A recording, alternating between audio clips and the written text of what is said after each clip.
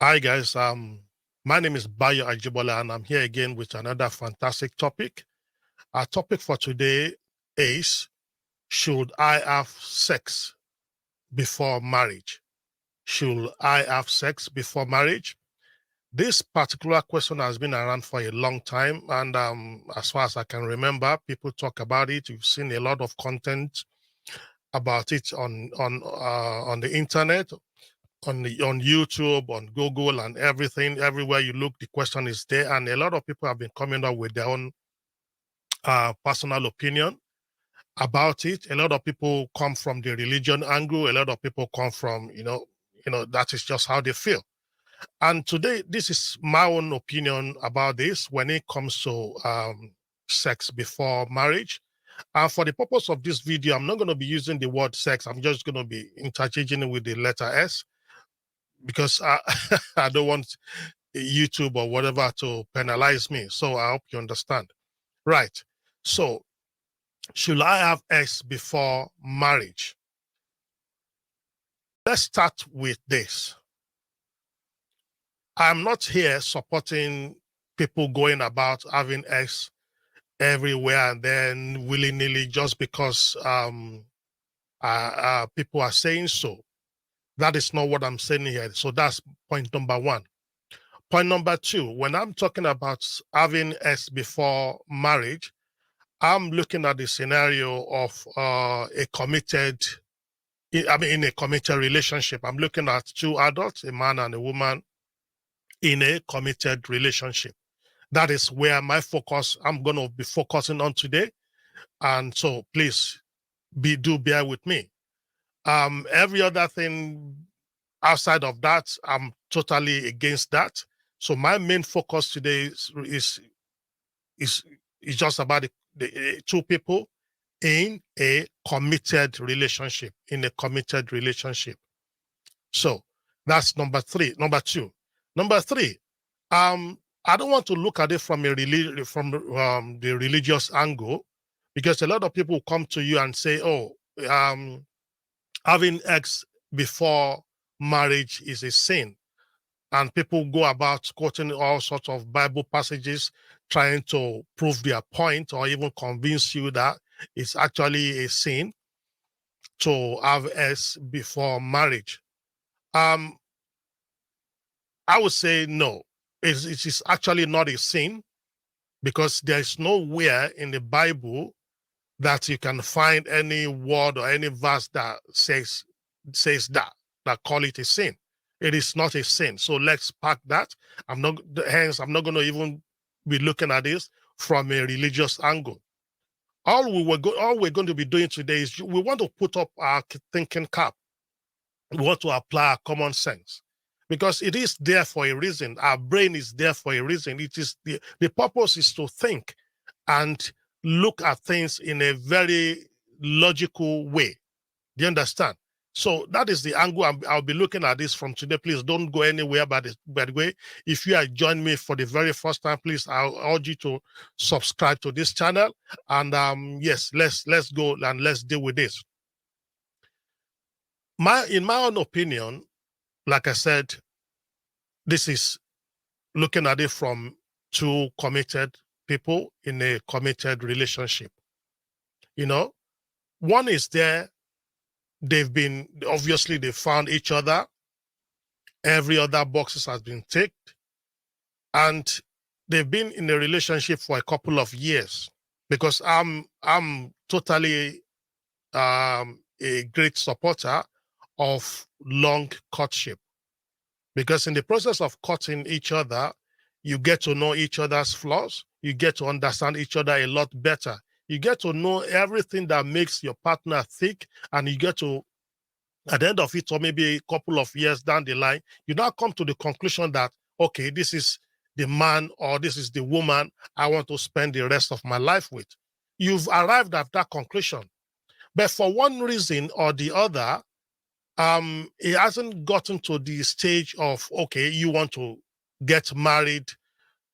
It hasn't got to that stage yet.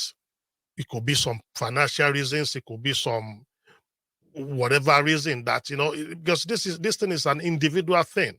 So I'm going to be looking at it from a different scenario, looking at it from every individual, every available scenario out there.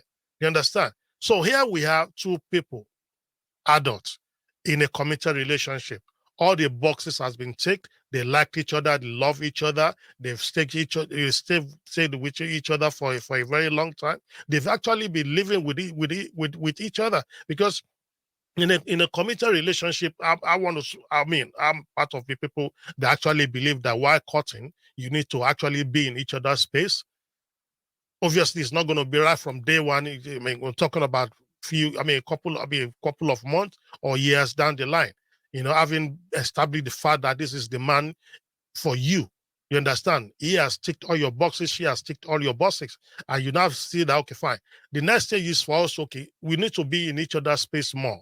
And you've gone through all of these stages. Now you've come to your conclusion that this is the man or this is the woman I want to get married to. But for one reason, like I said, or the other, you've not been able to cross that stage, or okay, let's get married and things like that. Are we not going to be saying to these people that no, they cannot have S? I want to say to you that it is an individual thing, that it should be their decision. It shouldn't be because of religious reasons. It shouldn't be because of societal pressure. It should be their main decision to decide if they want to engage in S or not. You understand? So they might say, okay, fine. Even though we've gotten to this stage, we're not going to get married yet. Fine. Our mind is made. Every of our family, both sides, knows us and everything. You understand? And I don't personally see any reason if they choose to engage in S. You understand? Because what else is there? What else do you want to, do we want them to do? How long are they going to wait for before they can now say, okay, we want to have this thing, they want to be intimate with each other or not? My argument is it should be their decision. Our decision is to stay celibate, even though we've been together for so many years. This is our own decision. That is couple A. Another couple might be like, okay, fine, we've ticked all the boxes, we've been together for a long time, we've known each other, our families have known each other, we've arrived at this particular conclusion that this is the man or the woman I'm going to spend the rest of my life with. But I cannot just jump in the ditch. I can't afford to jump in the dark.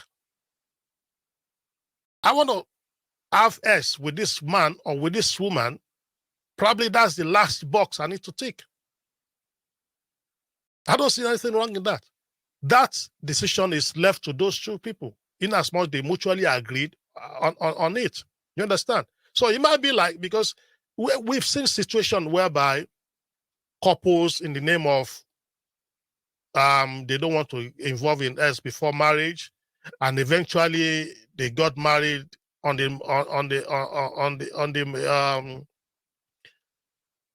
after the marriage, she or he now discovered that they are not really sexually compatible.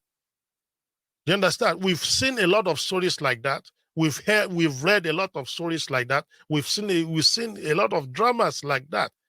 You understand? And that particular couple might be coming from that angle that no, I cannot afford to take such risk and wait till the wedding night before I can be intimate with my partner. That would be a huge risk to take. We've heard stories of a man getting involved with a woman. Meanwhile, he's not really into women.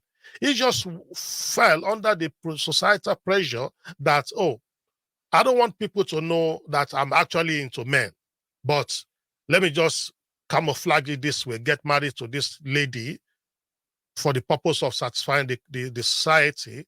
And while I do my thing with men or with another relationship with another man, you understand? Only for the wife to get to know much later or years later, having kids and whatever, to now discover that actually a man is not actually into women. And all these years, she's been being starved of any form of intimacy, and she will sit down and be wondering, oh, what am I going to do? What is going on here? She has complained a lot. This man keeps just keep coming up with excuses upon excuses. The only time they have intimacy is probably when they want to have kids. Do you understand? We've read stories like that. So this couple B might be coming from that angle and said to themselves, no, we've ticked all of the boxes. We are compatible socially, we are compatible mentally, we are compatible in every aspect of their lives. They've lived together, they've stayed in their own each other's spaces, they've inconvenienced each other, and they've devised a coping mechanism that will work for them.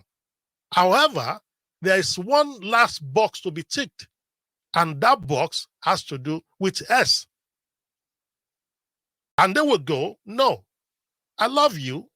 I want to spend the rest of my life with you. However, I cannot just jump into the dark and say to myself, oh, let's see what happens. He will say, or she will say, that is too much risk for him or her to take.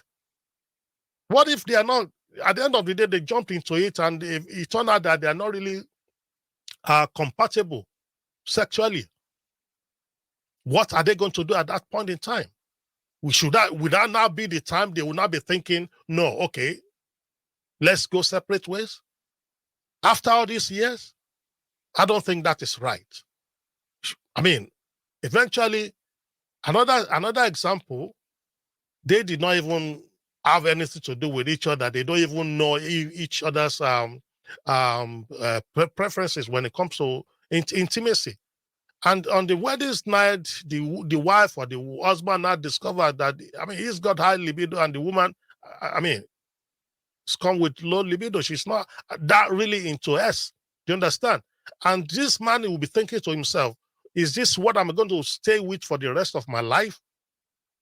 He's now got two options, either to stick with it and be doing something on the side, or the marriage is starting from a very wrong side, wrong footstep. Is this what we're going to be waiting for to happen?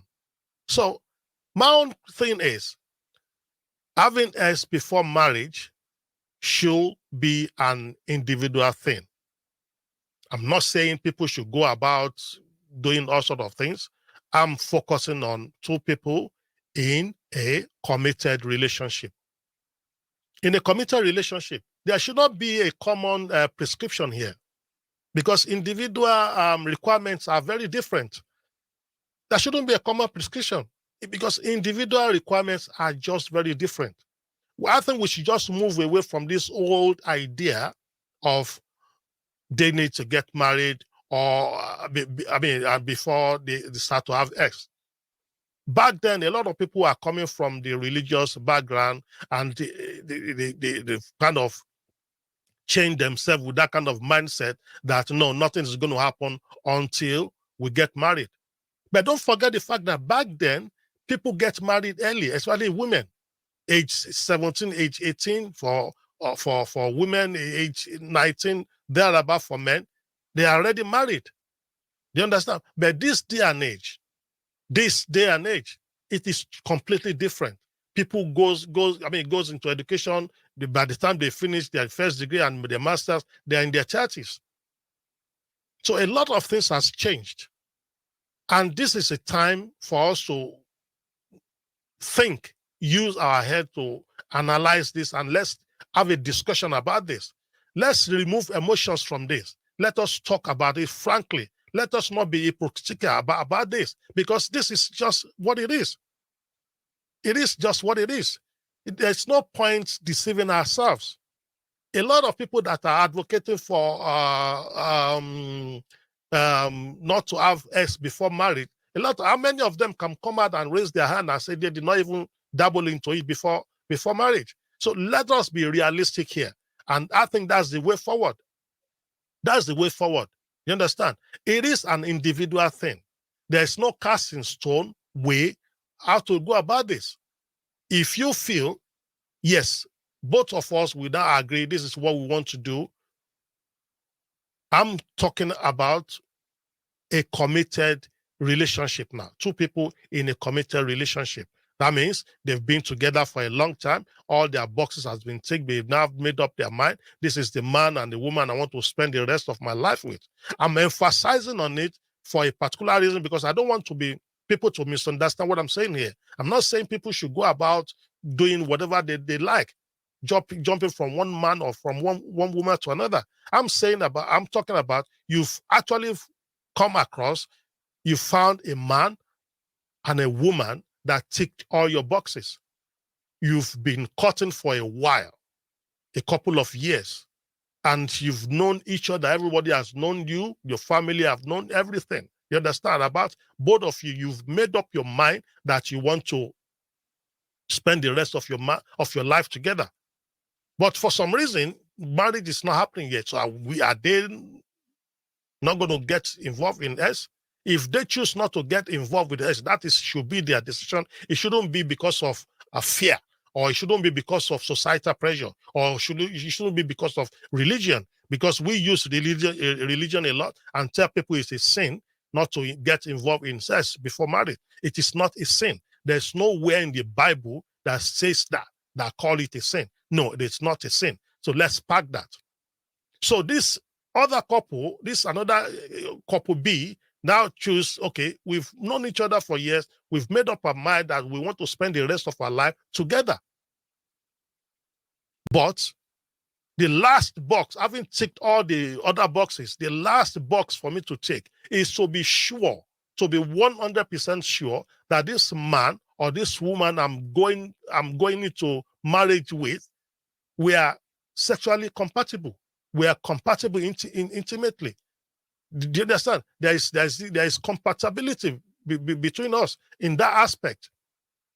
They're not going to wait till the wedding night to now discover that, oh, this man cannot even perform. Do you understand? She's not going to wait till the wedding night to discover that the wife doesn't. It's not even. Is the type that is not even interested in us. So what are they going to do? What is she going to do? What is he going to do? What options are they left with? Is that a wise decision for them to must have taken, that waited all these years only for them to discover on their wedding night that they are not really compatible? It doesn't make any sense. So I'm going to round this up and say to you guys out there, don't be pressurized by the society demands. Don't fall under this control of religion that says to you is a sin. All I'm here to tell you is follow whatever works for you in the context of a relationship that you've been together for a very long time. In respect, I mean, talking about a committed relationship. I'm talking about in a committed relationship, not just because, oh, they say it's not a sin, we can just be doing whatever we want. No, that is not what I'm saying here. I'm saying in a committed relationship, the decision is left to you guys to make and decide by yourself that this is how we're going to go about it. It shouldn't be out of societal pressure. It shouldn't be out of any form of influence whatsoever. It is for you to be truthful with yourself. This is me. This is what worked for me. This is how I want to run my things. You understand? And in the process, you might find out that, oh, you're not even compatible, even though you've been together for that long. You understand? So that is a time for you to now make up your mind that, no, I'm not going to settle with this. Even though we are compatible in every other places, but this last box, when it comes to intimacy, is a biggie for me. Some people will now just round it up and say, no, I'm not going to do that. And to them, it works for them. Because I wouldn't want such a person now to now say, oh, having discovered that they are not really compatible in that aspect, and I said, oh, no, we will still go ahead anyway. And so what is he going to be doing? after the marriage. He's definitely going to get involved in extramarital affairs. And is that what we want in a society? Is that what religion wants? So let us be realistic with ourselves. There should not be a common prescription because individual requirements are very different. Compatibility is a major thing here, and that we actually need to put into consideration. Deciding to have sex before marriage is not a decision that is taken lightly in a committed relationship. I hope I've been able to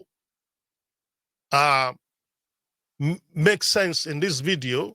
And obviously, I mean, if you have anything contrary to what I just said, you can make a comment in the comment section. Let's have this discussion. I don't want to shy away. I don't want us to shy away from this discussion. It is a topic that we actually need to discuss for the betterment of everyone.